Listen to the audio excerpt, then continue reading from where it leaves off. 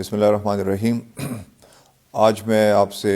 Corona virus کے بارے میں، جس کو کووڈ-19 بھی بولتے ہیں، اس کے متعلق بات کروں گا۔ یہ ایک پوری دنیا میں وبا پھیلی ہوئی ہے، میڈیا لگا ہوا ہے، ماہرین اور ڈاکٹرز اور حکومتیں بھی وقفے سے مسلسل آپ کو اپڈیٹ کر رہی ہیں، لیکن اس کے باوجود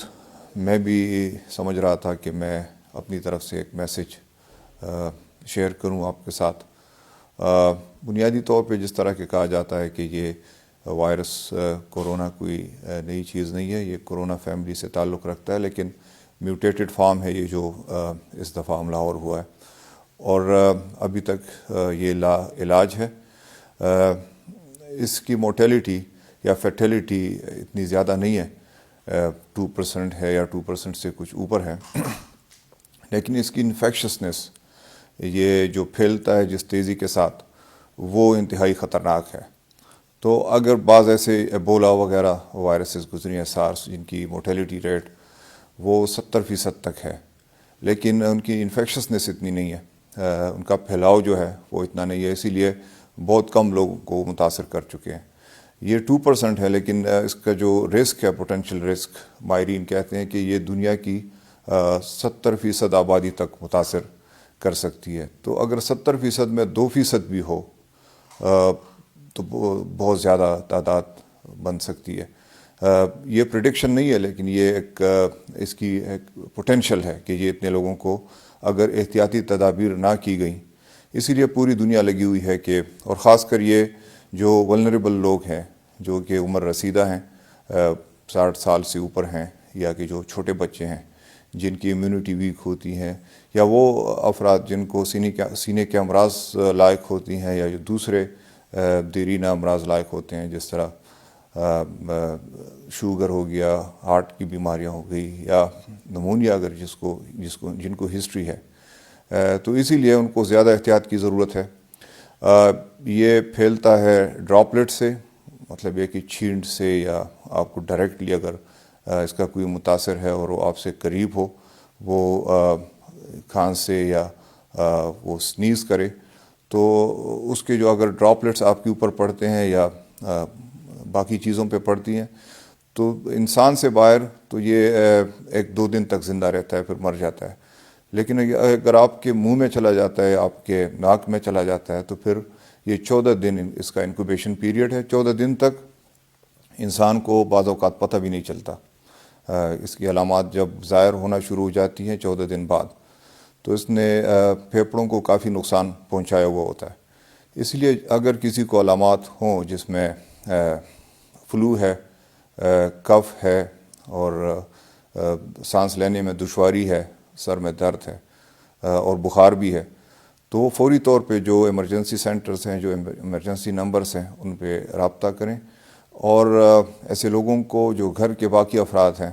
وہ فوری طور پہ اپنے گھر ہی میں اگر آئسولیٹ کریں تو زیادہ بہتر ہے، ایک کمرے میں رکھیں، ان کے ساتھ زیادہ لوگ قریب نہ ہو،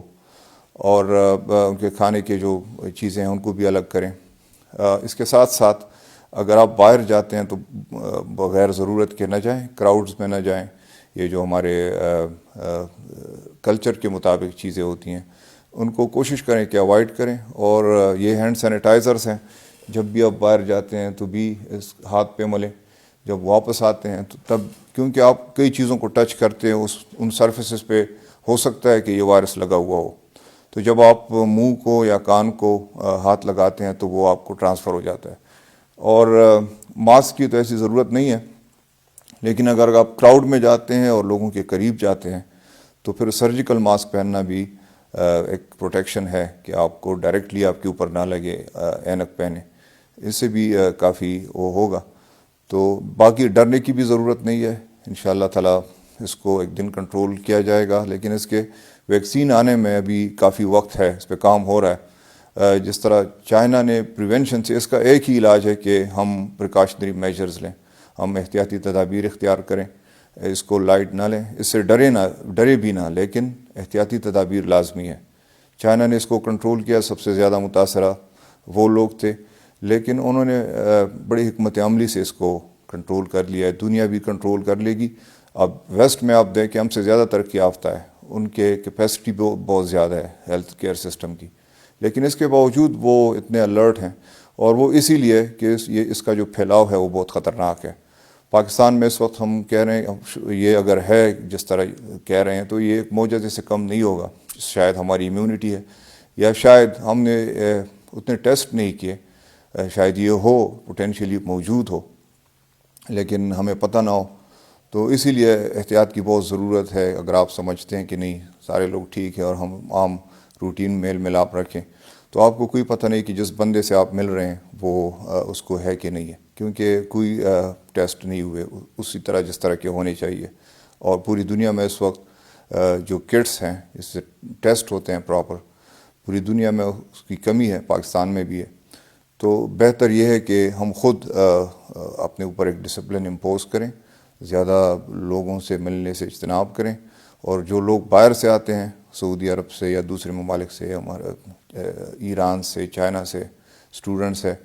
ان کو خود آپ 2 ہفتے کم سے کم ان کو آئسولیٹ کریں اپنے گھروں میں، کہ ان سے زیادہ میل ملاپ نہ ہو، ان کے اس کے لیے ویلکم کے لیے بھی لوگ نہ آئیں،